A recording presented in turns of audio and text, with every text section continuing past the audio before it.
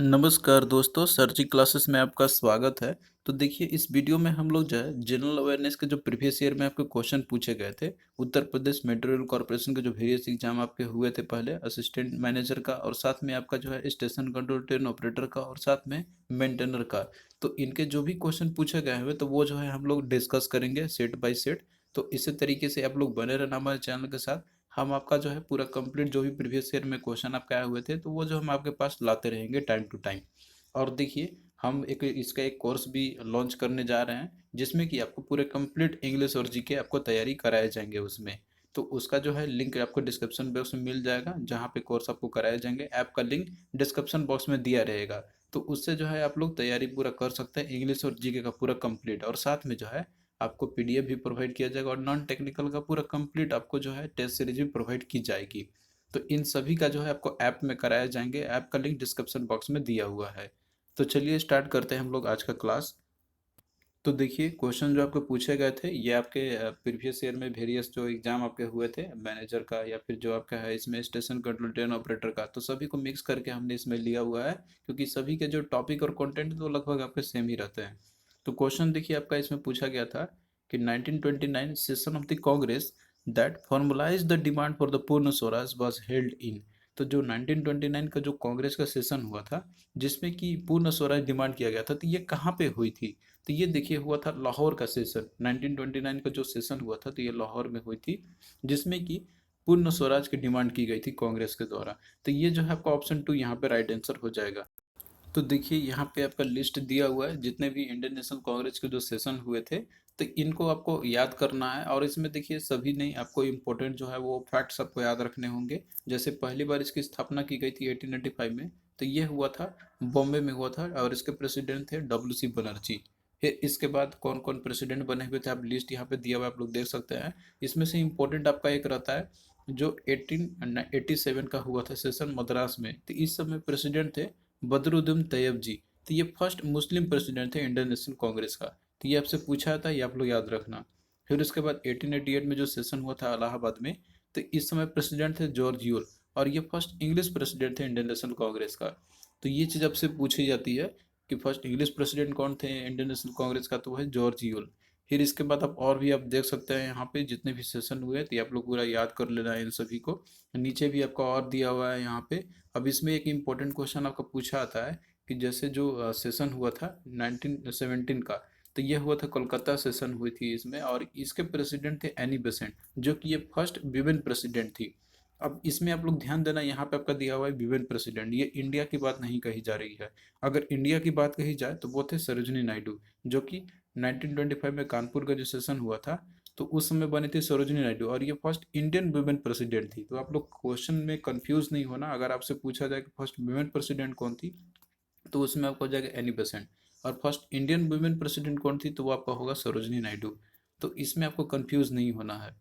फिर इसके बाद आप और देख सकते हैं, जैसे कि 1923 का जो सेशन हुआ था, तो ये हुआ था दिल्ली में, जो कि स्पेशल सेशन थी। और इसमें बने थे प्रेसिडेंट अब्दुल कलाम आज़ाद, जो कि सबसे यंगेस्ट प्रेसिडेंट थे। इसके अलावा आप और भी आप देख सकते हैं, यहाँ पे इम्पोर्टेंट आपका है। अब जैसे कि हुआ था आपका 1928 का सेशन कोलकाता में हुई थी, तो इस समय प्रेसिडेंट थे मोतीलाल नेहरू। और इस समय पहला बार है कि जो first all India youth Congress form हुई थी। फिर इसके बाद 1929 का जो लाहौर का जो सेशन था, इसमें प्रेसिडेंट थे जवाहरलाल नेहरू। तो इसी समय पूर्ण स्वराज रेजोल्यूशन जो है पास किया गया था, जो कि आपसे क्वेश्चन में भी पूछा गया था। फिर 1931 का जो सेशन था कराची में हुआ था, इसमें प्रेसिडेंट थे वल्लभ भाई पटेल जी, सरदार वल्लभ भाई पटेल जी थे यहाँ पर। और इसके साथ में यहाँ देखिए, ये उस समय रेजोल्यूशन पास किया गया था फंडामेंटल राइट्स के ऊपर में और नेशनल इकोनॉमिक प्रोग्राम के लिए। नेक्स्ट देखिए, यहाँ पे क्वेश्चन आपका है कि name the king Ashoka son whom king Ashoka sent to other places to carry out the duties of Buddhist missionary. तो देखिए, जो बुद्धिज्म का प्रचार कराने के लिए जो है किंग अशोका ने अपने जो उसके जो जो भी उसके बेटे बेटियां थी, तो उनको जो है भेजा था एक तरीके से मिशनरी के रूप में। तो ये जो है कौन थे वो जो और थे, मतलब कि इसमें क्वेश्चन आपका पूछा गया कि उनके बेटे का नाम क्या था। तो देखिए, इसमें आपका दिया हुआ है नाम कुणाल, महेंद्र, त्रिवाद और जालुक दिया हुआ है। तो महेंद्र था उनके बेटे का नाम था, जो कि इन्होंने भेजा था स्प्रेड करने के लिए, मिशनरी एज ए बन के इन्होंने भेजा था श्रीलंका में। तो इस तरीके से एक और आपका क्वेश्चन पूछा आता है इसमें कि जैसे इनके डॉटर का, इनके सन का नाम था महेंद्र और इनके डॉटर का भी जो नाम था दैट इज संघमित्रा। तो इन दोनों को जो है इन्होंने भेजा था श्रीलंका में, ताकि वहाँ पे जो है बुद्धिज्म का प्रचार कर सके। तो इनको ये जो मिशनरी के रूप में भेजा गया था। तो आपसे यहाँ पे सन पूछा गया है तो सन है महेंद्र, अगर डॉटर पूछा जाएगा तो इसका हो जाएगा संघमित्रा। तो दोनों आप लोग याद रखना, इन दोनों को भेजे गए हुए थे। नेक्स्ट देखिए क्वेश्चन आपका यहाँ पे पूछा गया था कि the southern stretch of the western coast of India is called. तो जो साउदर्न स्ट्रेच है वेस्टर्न कोस्ट का ऑफ इंडिया का, जो वो उसको हम लोग क्या बोलते हैं। तो देखिए आपको यहाँ पे ध्यान से देखना होगा। साउदर्न स्टेट बोला जा रहा है वेस्टर्न कोस्ट का, तो वेस्टर्न कोस्ट आपका इधर आता है और साउदर्न पार्ट आपका है दैट इज ये वाला रीजन है। तो इसमें जो कोस्ट है ना इसका नाम है आपका दैट इज मलाबार कोस्ट है। तो जो मेनली केरल आपका आ जाता है इसके अंदर में। तो आप देखिए जितने भी जो दिए हुए हैं आपके कोस्टल स्टेट है तो उनका अपना अपना जैसे नेम रखी गई है। जैसे कि आप देख सकते हैं कौन कौन कोस्ट है आपका। तो मेनली इसमें जो पोर्शन आपका आता है महाराष्ट्र का आपका आ जाएगा इसमें, और साथ में गोवा का कुछ पोर्शन कर्नाटक का आता है। फिर इसके अलावा आप और भी देख सकते हैं मलाबार कोस्ट में आपका मेनली जो है कर्नाटक कुछ रीजन और मलाबार केरला आपका आता है यहाँ पे। और इधर आपका एक कोरमंडलम कोस्ट है, तो इसमें आपका तमिलनाडु आ जाएगा और साथ में आंध्र प्रदेश के कुछ रीजन आते हैं। फिर इधर आपका फिर से इसके बाद आप देख सकते हैं नॉर्दर्न सर्कल आपका यहाँ पर है। तो ये जितने भी रीजन्स है आपका यहाँ पे, तो इनको याद रखना होगा और कौन कौन सा स्टेट आता है और वो क्या बुलाता है। तो ये चीज़ आप लोग मैप के थ्रू इसको ज़्यादा अच्छे से समझ सकते हैं। और बाकी देखिए जो भी इंपॉर्टेंट टॉपिक्स होंगे जीके का, तो ये हम आपको क्लास में पूरा कंप्लीट प्रोवाइड करेंगे, जिससे कि आपका जो है क्वेश्चन छूटे तो नहीं एग्जाम में। हम आपको वहाँ पे पूरा कंप्लीट करा देंगे जितने भी इंपॉर्टेंट टॉपिक्स होंगे। फिर नेक्स्ट देखिए यहाँ पे आपका दिया हुआ है कि all of the following are tributaries of Indus except the. तो इसमें जितने भी आपका दिया हुआ है तो ये सारे ट्रिब्यूटरीज है इंडस नदी के, एक्सेप्ट कौन सा, एक कौन सा छोड़ के बाकी सारे के सारे ट्रिब्यूटरी है इंडस नदी के। तो इसमें देखिए दिया हुआ है रावी, ब्यास, चेनाब और गोमती नदी दिया हुआ है। तो इसमें देखिए अगर आप लोग इंडस नदी के बारे में अपना स्टडी अगर किया होगा तो मेनली देखिए जो इसके जो मेनली जो ट्रिब्यूटरीज है ना आपके, तो वो राइट बैंक और लेफ्ट बैंक दोनों होते हैं। जिस तरह से फ्लो करती है डायरेक्शन में, मान लीजिए इस तरह से डायरेक्शन है फ्लो करने का, तो आपका राइट हैंड किधर इधर हो जाएगा, लेफ्ट हैंड इधर हो जाएगा। तो राइट बैंक मतलब कि इधर से जो नदियाँ ज्वाइन करती है इनको बुलाता है राइट हैंड, और इधर से आपका हो जाएगा लेफ्ट हैंड ट्रिब्यूटरी। तो यहाँ पे लिस्ट दिया हुआ है जो भी मेजर ट्रिब्यूटरीज हैं, जो कि आपका मेजर नदी जो है तो वो उसमें आपका आ जाएगा। जैसे चेनाब नदी होगा, झेलम हो गया, इसके अलावा रावी नदी आपका हो गया, ब्यास नदी हो गया और सतलज नदी हो गया। तो ये सारे जो है लेफ्ट बैंक ट्रिब्यूटरीज हैं इसके। और वहीं पे देखिए एक और बाकी जैसे आपका दिया हुआ है राइट बैंक ट्रिब्यूटरीज की बात करते हैं, तो उसमें आपका आता है जैसे सयोक, गिलगिट हो गया, काबुल हो गया, गोमल हो गया और कुर्रम हो गया। और मेनली इसमें आपका जैसे गोमती दिया हुआ है तो ये जो है आपका ये गंगा नदी के ट्रिब्यूटरीज है। तो इसमें देखिए कि आपको हो जाएगा ऑप्शन 4 हो जाएगा, दैट इज कि ऑप्शन 4 जो है मतलब कि ये इंडस नदी का ट्रिब्यूटरीज नहीं है, ये गंगा नदी का है। बाकी ये तीनों जो है तो ये इंडस नदी के ट्रिब्यूटरीज हैं। तो लिस्ट हम आपको प्रोवाइड कर देंगे इसका, जितने भी मेजर रिवर्स उसके ट्रिब्यूटरी कौन कौन से हैं। और इंडियन रिवर सिस्टम से क्वेश्चन तो आपको पूछते ही है एग्जाम में। फिर अगला देखिए क्वेश्चन आपका है कि which among the following has the power to appoint the governor of a state. तो इनमें से कौन सा मतलब किसके पास ये पावर होती है कि वो गवर्नर को अपॉइंट करते हैं स्टेट को। स्टेट के अंदर में जो गवर्नर गवर्नर जो रहते हैं, तो ये देखिए पावर होता है प्रेसिडेंट के पास में, लेकिन इसके पीछे एडवाइस रहता है प्राइम मिनिस्टर का। तो अपॉइंटमेंट करने का काम भले ही देखिए ये रहता है प्रेसिडेंट के पास में, लेकिन इनके पीछे जो रहता है सलाह जो दिया जाता है, मतलब कि अपॉइंट ही एक तरीके से मतलब जो दिया जाता है तो वो करने का, तो वो है प्राइम मिनिस्टर। तो इसका राइट आंसर आपका क्या होगा, दैट इज प्रेसिडेंट आपका हो जाएगा। फिर नेक्स्ट देखिए यहाँ पे आपसे पूछा गया हुआ है कि which of the following is correct. तो इनमें से करेक्ट ऑप्शन कौन सा आपका है। तो इसमें देखिए दिया हुआ है the vice president is elected for a term of 6 year. तो ये जो है आपका ऑप्शन दिया हुआ है गलत आपका है यहाँ पर। क्योंकि देखिए जो वाइस प्रेसिडेंट का जो टेनर रहता है तो वो 5 ईयर की होती है, जो कि आपका ऑप्शन बी में दिया हुआ, ऑप्शन 2 में दिया हुआ है the vice president is elected for a term of 5 year. तो ये आपका सही हो जाएगा। और बाकी आप नीचे भी देख सकते हैं कि the vice president is elected for a term of 4 year या 7 ईयर, तो ये आपके गलत है। तो देखिए प्रेसिडेंट से वाइस प्रेसिडेंट से रिलेटेड जो इंपॉर्टेंट पॉइंट्स आपके हैं तो यहाँ पे हमने लिया हुआ है, आप लोग इसको याद कर लेना। और भी बहुत सारी चीज़ हम आपको प्रोवाइड करेंगे पीडीएफ में, और साथ में जो कोर्स करेंगे तो वहाँ पे आपको डिटेल में कवर कराए जाएंगे। तो देखिए क्वालिफिकेशन की बात करते हैं वाइस प्रेसिडेंट का। जैसे मान लीजिए कि प्रेसिडेंट का जो प्रक्रिया था मतलब कि जो उनको क्वालिफिकेशन रिक्वायरमेंट होती है, तो सेम इनके लिए भी वही एप्लीकेबल होता है। तो वो होता है कि जैसे ये सिटीजन होना चाहिए इंडिया का, और साथ में 35 ईयर्स ऑफ एज ये कंप्लीट करने होने चाहिए। और कोई भी ऑफिस ऑफ प्रॉफिट के होल्ड नहीं किए हुए होने चाहिए। तो ये है कुछ बेसिक रिक्वायरमेंट, मतलब कि क्वालिफिकेशन है, जो कि इसमें मोस्ट इंपॉर्टेंट आपका है 35 ईयर्स का। ये बहुत बार पूछा हुआ है कि कितना एज होना चाहिए मिनिमम, तो 35 ईयर्स ऑफ एज होना ही चाहिए, ये कंप्लीट कर लेना चाहिए। तो आई होप कि ये चीज़ आपको क्लियर हुआ होगा इस पॉइंट का यहाँ पर।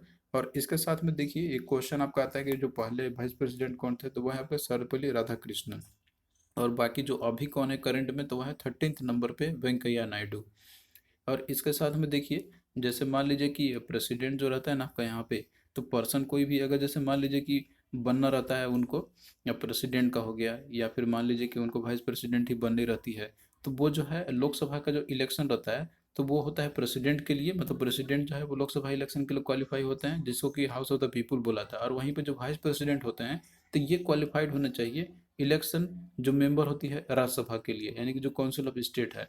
तो वाइस प्रेसिडेंट के लिए हो गया आपका मेंबर ऑफ राज्यसभा, यानी मेंबर ऑफ जो होते हैं राज्यसभा के, मतलब वो होना चाहिए एज ए, उनका क्वालिफाइड होना चाहिए, जो भी क्वालिफिकेशन चाहिए राज्यसभा के मेंबर बनने के लिए, तो वो होने चाहिए वाइस प्रेसिडेंट के लिए। लोकसभा के लिए प्रेसिडेंट के लिए रहती है। तो ये जो है इंपॉर्टेंट पॉइंट्स आपका इसके लिए भी। लेकिन एज कितना होना चाहिए, तो दैट इज 35 ईयर, दोनों के लिए होती है, प्रेसिडेंट का भी और साथ में वाइस प्रेसिडेंट का भी। और इसके साथ में देखिए, यहाँ पे एक क्वेश्चन आपका रहता है कि जैसे जो वाइस प्रेसिडेंट होता है ना, तो ये एक्स चेयरमैन होते हैं राज्यसभा के भी। तो अब यहाँ पे मेनली आपका रहता है ना कि जैसे अपॉइंटर जो कौन होता है इसका, तो इसमें देखिए होते हैं इसके इलेक्टोरल कॉलेज से होती है, और टर्म लेंथ कितनी होती है, तो 5 साल की होती है। फिर नेक्स्ट देखिए दिया आपका यहाँ पे कि what is the minimum age requirement that is prescribe by the constitution for being a member of the panchayat. तो पंचायत का जैसे मेंबर बनने के लिए जो है मिनिमम एज रिक्वायरमेंट कितनी होती है, तो इसका देखिए राइट आंसर आपका होगा दैट इज 21 ईयर। जैसे कोई भी पर्सन है, वो अगर जैसे क्वालिफाइड होते हैं, वो मतलब जैसे फिल कर सकते हैं सीट में, जब पंचायत का इलेक्शन लड़ने के लिए, तो उसके में इतने सारे क्वालिफिकेशन होने चाहिए। पहला आपका दिया हुआ है कि जो नाम है उसका, ये अपीयर होना चाहिए इलेक्टोरल रोल में, कोई भी कंस्टिट्यूएंसी से होना चाहिए जिसमें कि पंचायत वो बनना चाहता है जहाँ का। और इसके साथ में मेन दूसरा आपका रिक्वायरमेंट रहता है कि उसने जो है 21 ईयर का जो है एज कंप्लीट किया हुआ होना चाहिए, जिस दिन वो फिलिंग कर रहा है, मतलब नॉमिनेशन जो फाइल करता है, तो उस दिन 21 ईयर कंप्लीट हो जाना चाहिए उसका। तो मिनिमम एज कितना है इसका है, दैट इज 21 ईयर्स है। अब यहाँ पे देखिए नेक्स्ट क्वेश्चन आपका है कि बीच among the following mobile wallets has come up with a payment bank. तो इसमें से आपको बताना है कि कौन सा एक मोबाइल वॉलेट है जो कि अपना पेमेंट बैंक के साथ ही इसने ओपन किया हुआ है, पेमेंट बैंक इन्होंने खोला। तो इस पर देखिए ऑप्शन दिया हुआ है free charge, Paytm, MobiKwik, oxygen. तो देखिए ये चारों जो है ये मोबाइल वॉलेट ही हैं, आपने यूज़ भी किया होगा इनका। लेकिन इसमें पेटीएम जो है, तो इसने अपना खुद का पेमेंट बैंक भी ओपन किया हुआ है। तो राइट आंसर क्या होगा आपका यहाँ पे ऑप्शन 2 हो जाएगा। देखिए पेमेंट बैंक के बारे में आपको थोड़ा सा जानना होगा। पेमेंट बैंक जो आपके रहते हैं, तो ये जैसे आपका एक तरीके से बैंक के जैसा ही ये होते हैं, लेकिन इनके पीछे जो कुछ लिमिटेशन होती है। जैसे कि ये करंटली मतलब 1 लाख तक ये जमा कर सकते हैं, कोई भी कस्टमर है तो इसमें लिमिटेड रहता है कि 1 लाख तक अपना जो है ये अपना पैसा जमा कर सकते हैं, कोई भी खाता खोलता है पेमेंट बैंक के अंदर में तो। और इसके साथ में ये कोई लोन नहीं दे सकते हैं, ना तो ये क्रेडिट कार्ड दे सकते हैं किसी को। और इसके अलावा करंट और सेविंग बैंक जो है ऑपरेट किए जा सकते हैं इनके थ्रू। और इसके अलावा जैसे एटीएम कार्ड बाकी और बैंक देते हैं, तो ये भी दे सकते हैं, डेबिट कार्ड भी दे सकते हैं यहाँ पे, और नेट बैंकिंग और मोबाइल बैंकिंग की फैसिलिटी प्रोवाइड कर सकते हैं पेमेंट बैंक्स। तो इसमें अगर ऑप्शन में आपसे क्वेश्चन में आपसे पूछा था ना कि इंडिया में टोटल पेमेंट बैंक कितने, एक्टिव पेमेंट बैंक कितने हैं जो कि चल रहे हैं अभी, तो ऐसे टोटल 6 है यहाँ पे लिस्ट में आपका दिया हुआ है।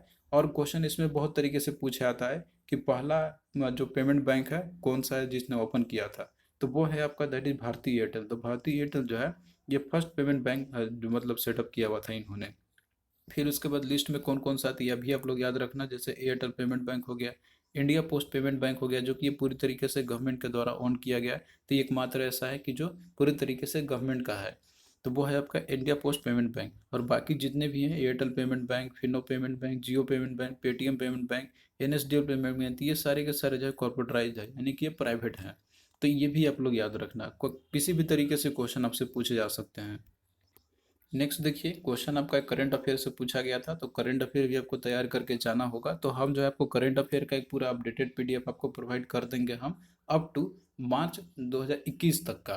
तो क्योंकि करंट में भी लेटेस्ट भी आपका दे दिया जाता है एग्जाम में, और आपका एग्जाम जैसे शेड्यूल किया गया है 17 अप्रैल का शायद आपका दिया हुआ है, तो आपको जो है अप टू मार्च तक कंप्लीट करके जाना होगा। तो हम आपको अप्रैल के फर्स्ट वीक में आपको हम पूरा प्रोवाइड कर देंगे, कंप्लीट करंट अफेयर प्रोवाइड कर देंगे, जिससे कि आपका क्वेश्चन पूरा हो ही जाएगा। अगर 2-3 क्वेश्चन भी आता है करंट अफेयर से तो आपको जरूर देखने को मिलेंगे उसी में से ही। तो यहाँ देखिए क्वेश्चन पूछा गया था कि India occupied dash sport on the IMD 2017 talent ranking.